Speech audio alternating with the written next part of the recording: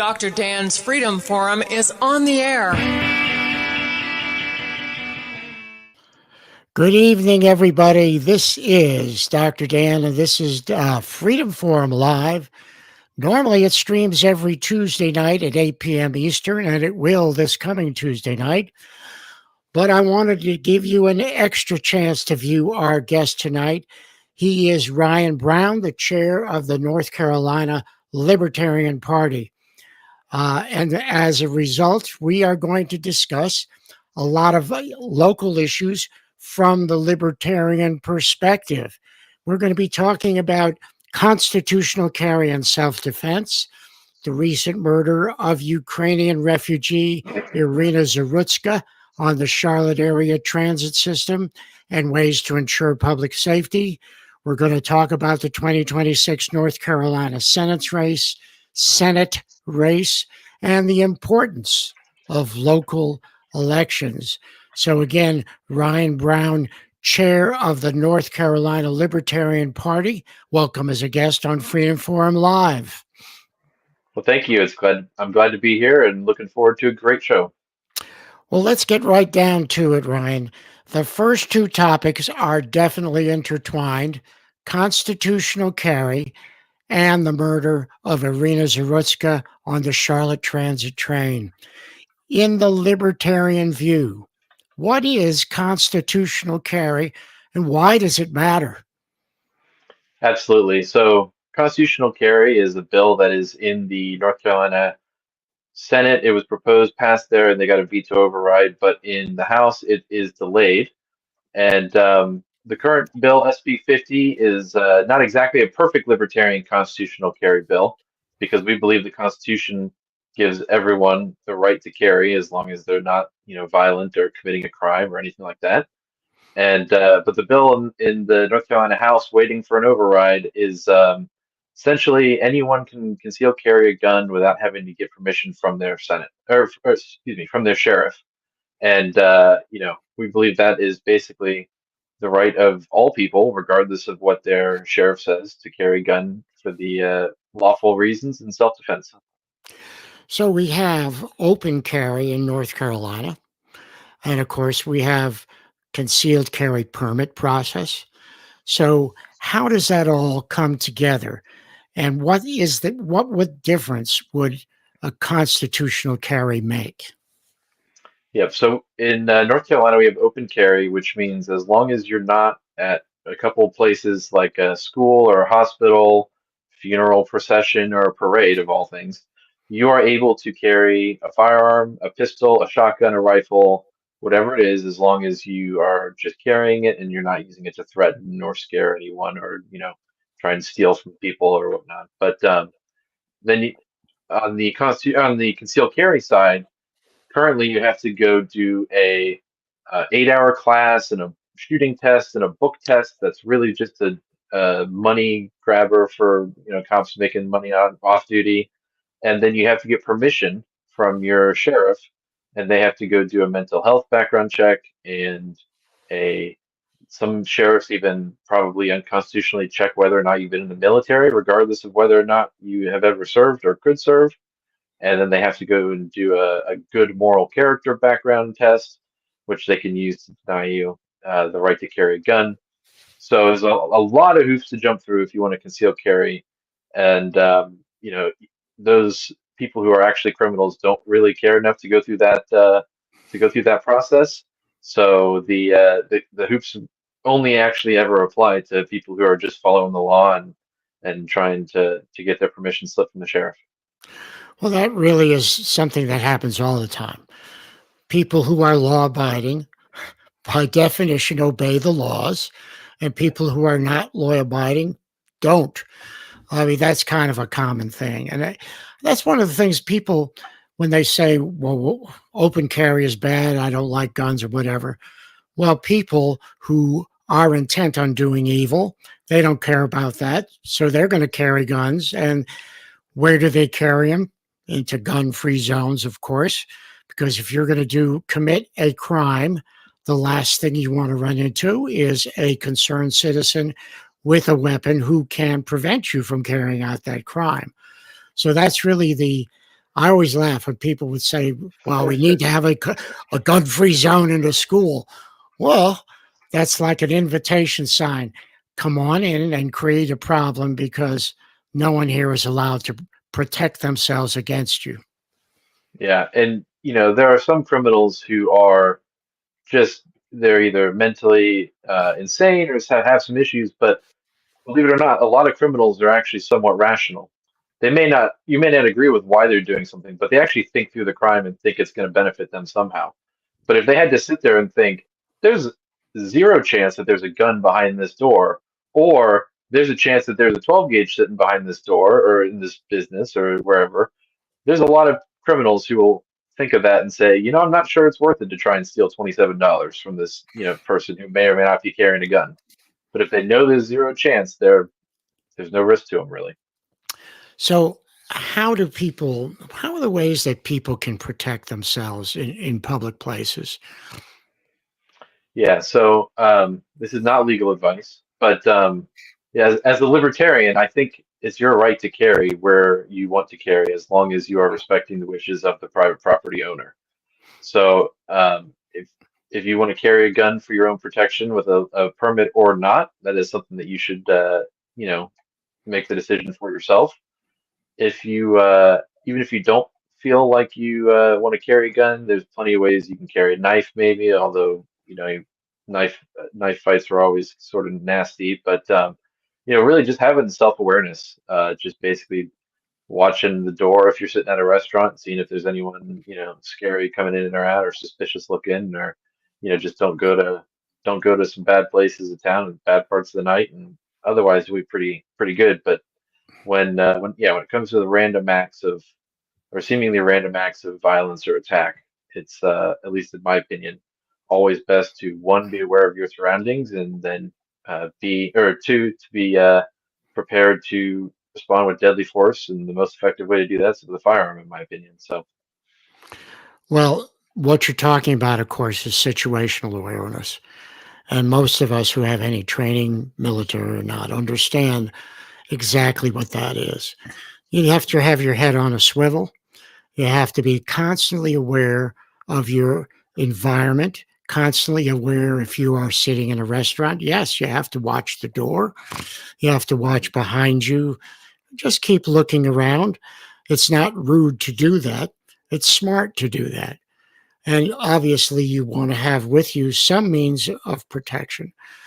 But situational awareness is something that's important. You just read a lot of stories about people jogging or walking alone out on a remote path.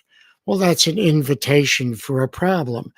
Unless you have something with you to protect yourself and you are aware that you have to keep looking around.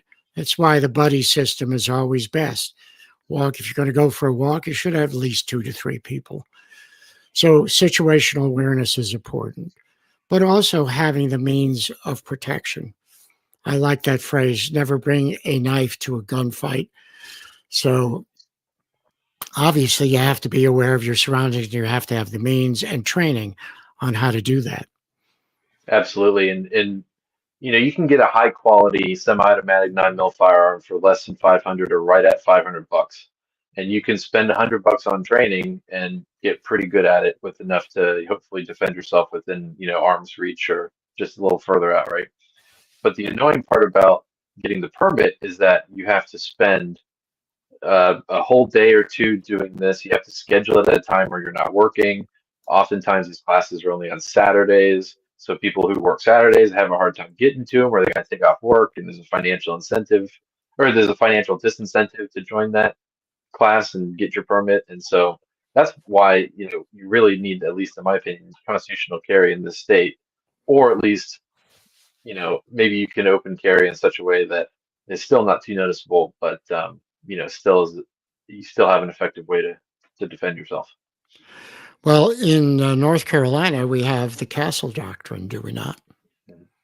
We do, which is great, because basically what that means is in your domicile, I can't remember if it includes your car, but I think it includes your motor home if you have one of those. or in your house, you have basically the absolute right to defend yourself with zero expectation or requirement to retreat. And so if anyone is doing any harm to you at your house, you have the right to defend yourself, which people sort of freak out about the castle doctrine, saying it's a right to murder and all this other silly stuff, but really it's just the right to self-defense in your own house. Well, of course. I mean, the people who would like to take all away our guns will say anything and do anything to make guns look like they're a danger. I read an account that was kind of funny. Some guy took a shotgun, put it on the front railing of his porch, put a bunch of shells next to it, and just sat there and watched it as people walked by. And then he said, well, the postman walked by, and uh, some people walked by who looked like they might be a little sketchy, but that gun did not load itself, did not put your shells in the gun. It didn't hurt anyone. It didn't kill anyone. It just sat there on the railing. Yep. What good is it? Just sitting there. And the point is well taken, is that the left and the opponents of self-defense with guns, just they keep saying that guns are the problem. They're not. Guns don't do anything. You cannot yell at a gun and tell it to do anything. You have to pick it up, and you are the one who actually has to point it and pull the trigger. Yep, it's absolutely true. Like, I have a measurement device here, my calipers. This is just a tool. A gun is just a tool. A hammer is just a tool. It's not the tool that decides whether good or evil is done with it. It's the human who's using the tool. And so there's a lot of humans out there who are intent on hurting you with things that, you should be legally allowed to have, and you should be able to defend yourself with the tool that, is the most effective for the job. So, Well, a pencil is a lethal weapon. You understand that. And I, so uh, people can make weapons out of anything, but obviously uh, the one thing you get with a gun is distance. And you know that distance is your friend when you're facing danger. It's something you have to remember. I hope people do remember that, because you have to keep danger far enough away to be able to defend yourself. And the other thing I always tell people is, if you pull out a gun and point it, you better be ready to pull the trigger. Otherwise, don't bother to pull it out. Absolutely. Just that, people get charged with attempted murder when they're committing a crime and there's a gun around. So as soon as you pull out that gun, it's got to be in self-defense. There's no time necessarily for warning shots, but you pull out a gun, if the situation is the same as when it was you pull out the gun or it's escalating, you better make sure that, one, you were in the right to pull out that gun, you didn't instigate it, you didn't cause the situation, and two, you better be prepared to defend yourself. And just one thing I'll say, you're talking about distance. Whether you have specific training or whether you're just undiagnosed ADHD like me and you notice what's going on, if someone sneaks up on you and gets within 20, 25 feet, they can do damage to you before you even have the chance to react. So it's just good to be aware. Yeah, part of our training, military and otherwise, was actually seeing how quickly someone can get to you from even 10 yards, 15, even 20 yards away. So that's what situational awareness is all about. And that really pertains to our next topic, does it not? The killing of Iryna Zarutska on the Charlotte Rapid Transit. If you watch the videos, she walks on, she sits down. She chose a seat that I would never have sat down in. That's part of situational awareness. And she immerses herself in her phone. And what happened? Yeah, it's sad. I'm not saying we should ban the videos, but personally, I hate seeing those videos. It's just so tough to watch. I watched the uncensored version once, and I basically just had to log off for the night because it was just horrible. but yeah, she gets on the train. I think it's 4 or 5 minutes later. Um, I say someone, the murderer came up behind her, stood up from his seat, and then just ended her life. And it's incredibly sad.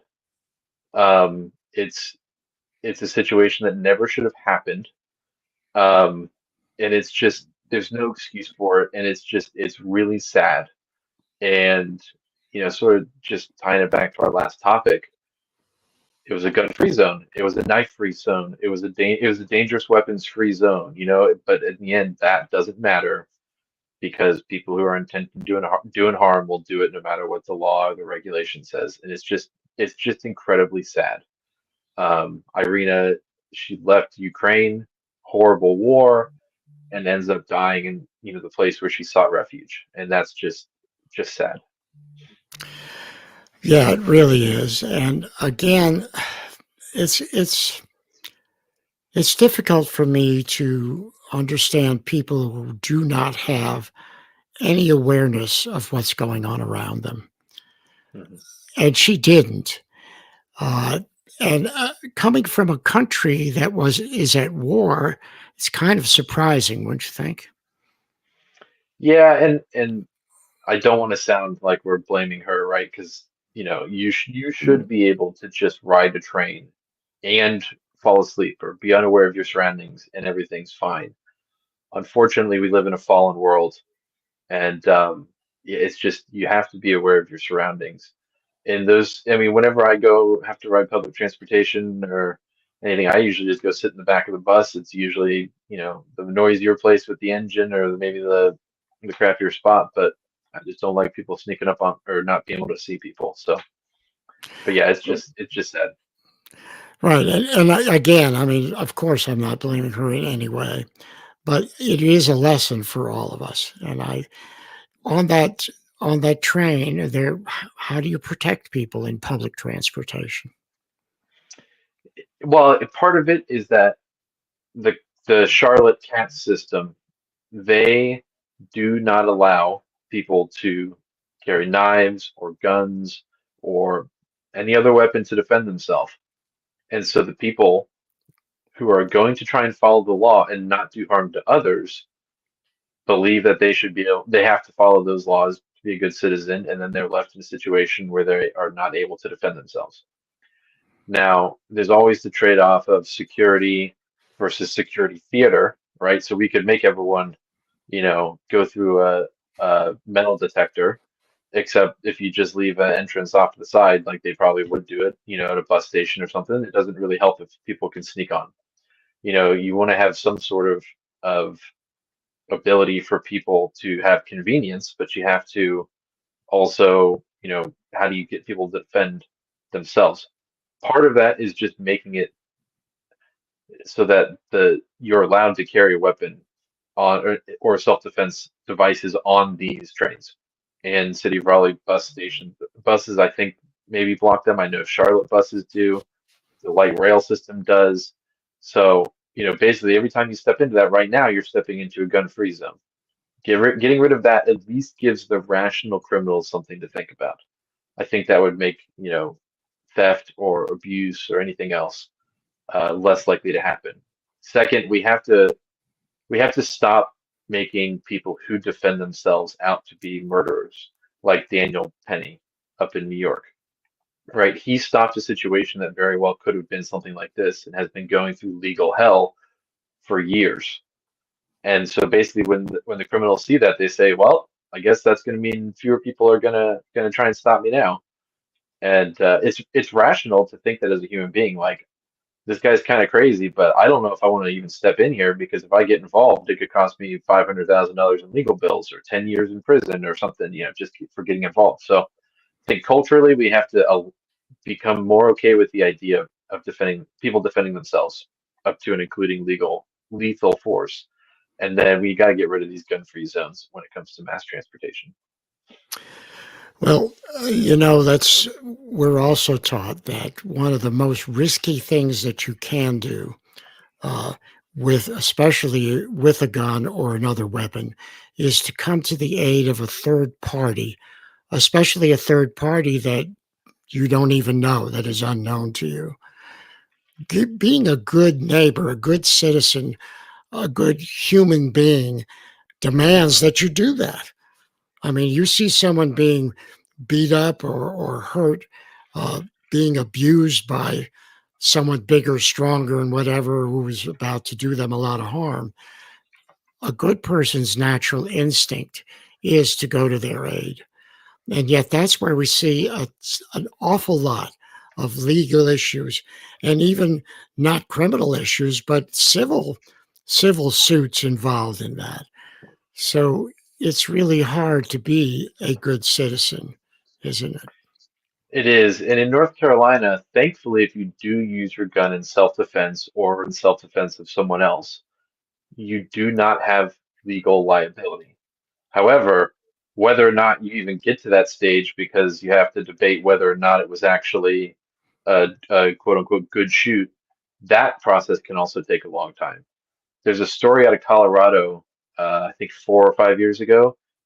John Hurley, he stopped a mass shooting in Arvada, Colorado, and he managed to kill the guy, and the cops showed up and shot him. And so the cops ended up shooting the good guy in that story after the good guy took down the bad guy. And so part of it is cops need to be okay with concealed carry and seeing people.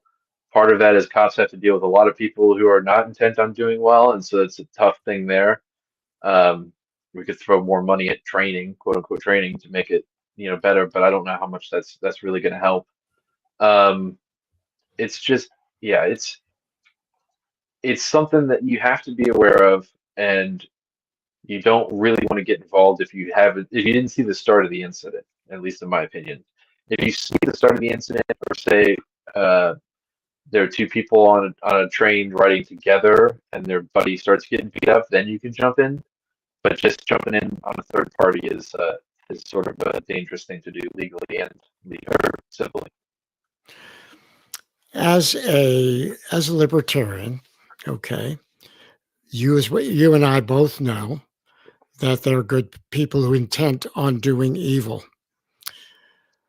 How do you square that with the rights that they have? How do we deal with the rights that they have, constitutional rights that they have, which sometimes impede the process of bringing them to justice and getting restitution for the injured?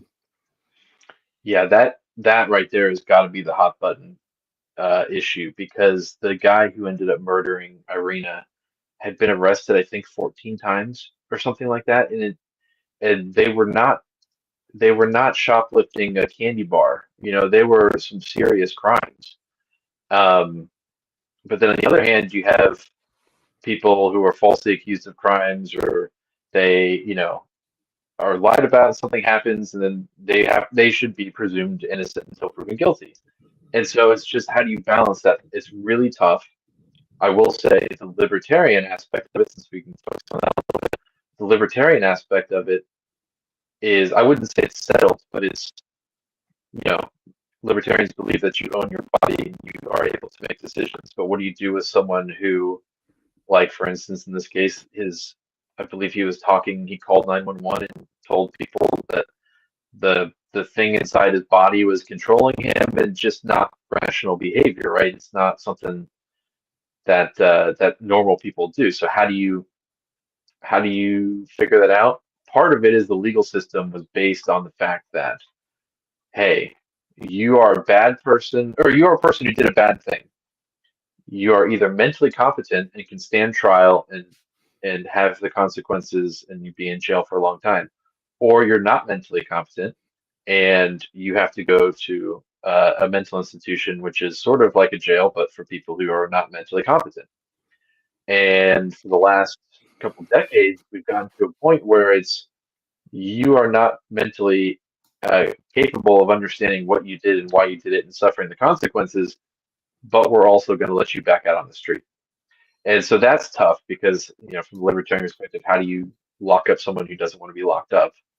And but on the same time, like, how do you let someone out there who doesn't understand that we have to live by the rules of, don't harm other people and don't take their stuff. So it's sort of an open question, but I think we're in the situation where the government is actually preventing a good solution from happening just by taking people and throwing them back out on the streets if they're not competent. So let's talk about something different. I know that you were born and raised in Raleigh. After you graduated high school, you studied computer science at Appalachian State, uh, that you work in the tech industry, cybersecurity, compliance, and operations. You always have been interested in politics, both in theory and in practice. And you did get involved in politics yourself. You ran for office twice. You ran for the North Carolina Senate in 18 in 2024, or in 2022, and then you ran for the House in 2024. And you've been involved with the Libertarian Party for the last 5 years. So, with that in mind, in our discussions ahead of time, you said that the 2026 Senate race is already getting out of hand. What do you mean by that? So, yeah, one of the actual few people left these days that born and raised in Raleigh. But yeah, so if you look at this 2026 election, I am only 30 years old, so my electoral history is pretty young. But this election coming up for Senate seems quite quite quite out of hand already. They're expecting it to be a $1 billion Senate race. When I remember back, I think it was Hillary Clinton, Barack Obama. That was like a $1 billion primary and election season for president back when it was, that was when they were doing theirs. And now it's a $1 billion Senate seat, which is just quite, quite a lot. I don't understand how that makes any sense, but I guess it shows the power that Washington has. But yeah, so that's $1 billion there. The North Carolina GOP seems to be just straight up endorsing Whatley over anyone who wants to challenge him, and they've got Roy Cooper who's jumping in there, who is people say he's moderate, but he's basically Gavin Newsom, but he looks better on paper because he's was leader of a red state, but he's a pretty big leftist. Whatley is right in Trump's pocket, so it's sort of far left versus Trump MAGA, and then it's just $1 billion, and they're already doing campaign events, and we only have the elections of 2025 done. So that's sort of where I'm thinking it's getting out of hand, but it'll be a race to watch, I guess. Well, it's always a problem when the establishment of the party chooses someone when they're not supposed to. It's supposed to be our job to vote in the primary. And you know as well as I do, the primary is the most important election that you can vote in.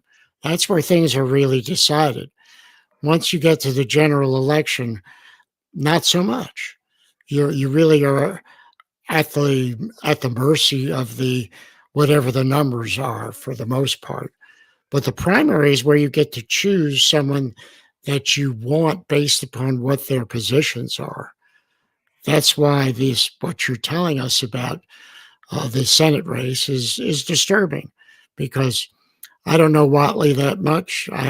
Don't really know what he stands for, but now from what you're telling me, it's pretty obvious that there might be a better person. Yeah, so people don't understand that, like when AOC got elected in New York, or when this new commie is going to get elected mayor, that election happened in May or March. That was done just because they won their primary. So in North Carolina, it'll be interesting because it's a midterm year, and North Carolina likes Roy Cooper, but they also like Republicans. So who really knows exactly what's going to happen? But Whatley was the chair of the National Republican Committee, and so he's not by any means sort of a grassroots sort of character. There's Don Brown, who's running for U.S. Senate as a Republican, but he's basically being shut out of the primary a little bit. The party is supposed to be sort of hands off. We, at least I have heard rumblings from the Libertarian Party that there's at least two candidates running. So, or who are thinking about running. So I'm not going to tip the scale too much there, but I will tell you the people that I know who are considering it are both good libertarians. They are both principled libertarians. They actually want to bring down spending as opposed to, Watley, who might just want to spend more, and Roy Cooper, who wants to spend even more than that. Um, so, you know, I don't know exactly how it will pan out, but yeah, there's going to be a libertarian in this race. It's going to be a good principled libertarian who will be selected at the via the primary if more than one runs. But it'll be interesting to see because Watley, not, I mean, so both of these people, Watley and Cooper, are both really liked and really hated by some people on their side and their other side. So it'll be interesting to see how it goes. In a race like that, where there's obviously going to be a ton of money spent, as you mentioned, how does a libertarian candidate compete with that? It's really tough. So like I was saying, there's going to be $1 billion in ads spent. A lot of the ways that we can do that is by having multiple candidates run. So we'll probably have close to 50 candidates run. And so people who are looking down ballot will see, hey, there's another libertarian. Let me go read up more on this libertarian. We'll do some cross-pollination of websites and news shows or shows like this. Um, Going to community events and going to these local things that people actually go to and care about, that gets a lot of traction because I've got a bucket downstairs of all the political mail, and I could probably use it to heat my house for the next year and a half just from the last election, right? Sending out mailers is tough because I was in a swing district and I got about 2 or 3 mailers a day. So doing the mailer stuff is kind of hard, but doing these online shows, the new media, the going to places in person, those are ways that we can really get the libertarian message out. Well, the standard ways, the mailers are extremely expensive. Television ads are even more expensive. So that's, as I said, it's a tough hurdle to cross. I agree with you that going to local events is the best idea. Now that works better though for local races than it does for a Senate race. You're dealing with the entire state of North Carolina. So you have to have people who don't have to work, who are independently wealthy enough so they can pay their taxes, their mortgage, their electricity, food, and transportation without actually having a job. Because you Yes. cannot do that and have a job. Yeah, no, it's quite tough. I know in 2024, our governor candidate, Mike Ross, he was out there hitting events throughout the state, and that was really good. Um, but yeah, he had to, set aside a lot of stuff. He had, some just like everyone does, things going on in life with family and everything else. And I'm really proud of all the work he did there. And a lot of our candidates really do manage to get uh, at least a lot of foot traffic when it comes to their elections. Well, that comes back down to the last point you sent me, and that's the importance of local elections. How do you see that? Absolutely. So in North Carolina, there's sort of a 4-year cycle of elections where you have presidential year, and that's usually a Senate year, and then there's House and General Assembly, and everyone, sheriff, everything it's a huge ballot. And a lot of people only vote in those elections, or maybe those in the midterm elections. But what people don't realize is in a year like this, 1 year after the presidential election, they elect a lot of local city councils, mayors. I think there might be some county stuff, but there's also lots of bonds that can be on the issue, or bonds or other ballot issues on the ballot, where during these elections there's something like 10 to 30% output or voter turnout. And so a lot of libertarians can run during these local elections and get elected, especially in smaller places. We have a couple incumbent sitting members of government. We have a mayor. and I think another board member who are incumbent who are running again this year. So there's a lot of smaller local elections that a lot of people don't think about. But one issue, just locally where I am in Creedmoor, North Carolina, north of Raleigh, is that there are automatic license plate readers at every entrance and exit to the town. So my local government is spying on every single person who comes in and out of the town.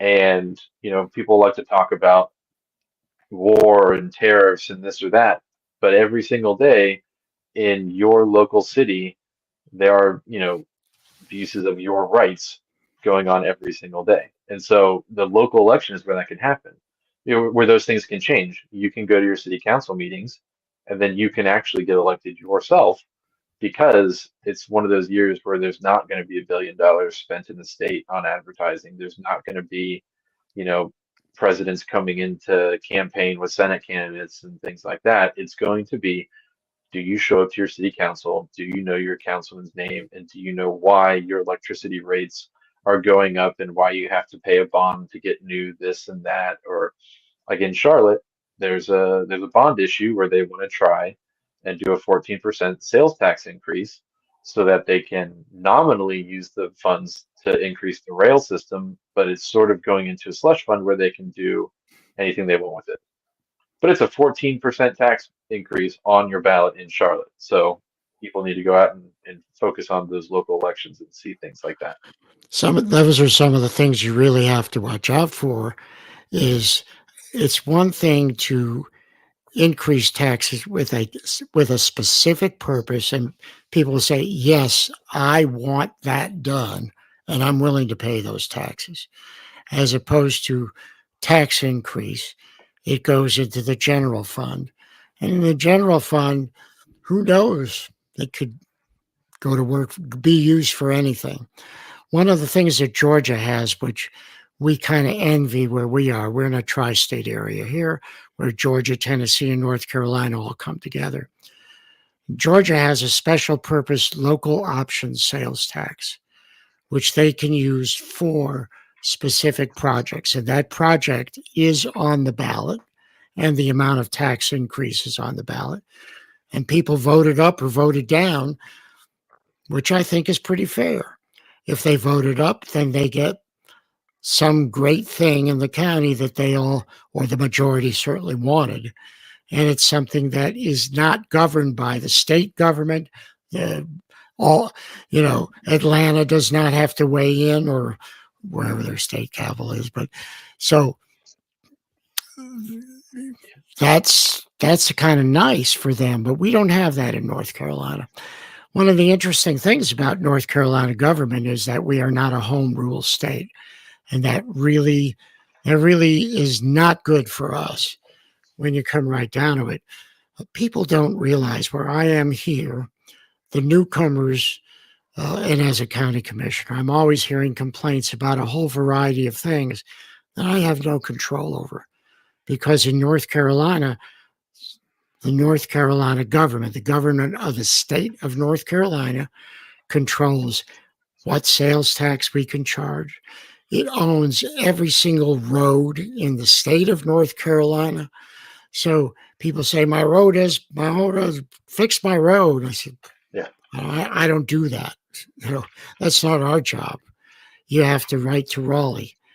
Well, good luck with that.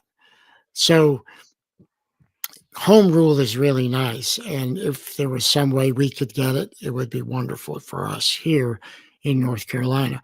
Imagine the difference with things that we could do with we have 100 counties, the vast majority of which are conservative, very conservative counties.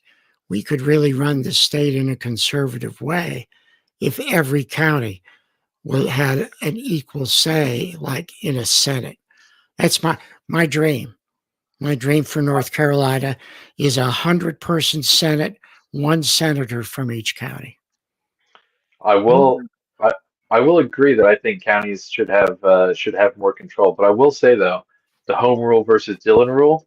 The nice thing about that is that whenever I have to go visit some family out west, I don't have to drop my gun off at the Durham County border and because I'm not allowed to conceal carry though, so, or going through Orange County or going through Greensboro, some of these counties. So there is a Yeah. little bit of good things there. I think I wish the state would preempt Charlotte and force them to allow people to carry guns on their light rail. But yeah, the fact that you can do a lot of these, I think there should be a lot more option for people to have, localized ballots and referendums. So Well, don't forget, even in that case, there still are rules that can be statewide and have to be statewide, because you can't have something legal in one county and illegal in all 99 others, let's say. yeah, But still, that Dillon rule that we live by here really constricts our freedoms on a local basis. Things that yeah. we would like to do and should be able to do in our county that we absolutely cannot. And because of that, it puts a greater emphasis on the General Assembly. And looking at some of the General Assembly spending numbers, there are $1 million races for General Assembly, where you get $15,000 a year and I don't know what, $75 per diem. Like, there's no way that you're going to make your money back on those races. It's just that there are people with interests who donate $50,000 or $100,000 to a race, and they're hoping to get better regulation or better law to favor them. So it's just, if you had more local items under local control, you really wouldn't have this huge consolidation of power in the state. Well, and that goes back to one of the earlier points that we talked about, which is basically if you have to spend $200 million for a job that pays $175,000, there's a lot of money that's going to come in and it's going to go places where you don't want it to go or we don't know where it's going. That's really what happens, isn't it? And then you get elected, and 3 weeks later, you get a phone call from somebody that says, "Hey, remember that $18 million I donated to your campaign? Yeah, here's some regulation I want you to do. Oh, by the way, vote yes on this, and oh, we need a Raytheon contract in my district, and we need that kickback, and we need all this other stuff, and it's just it gets out of hand, and the amount of money we spend on politics because of how much control the government has is just, it's not right. It isn't right.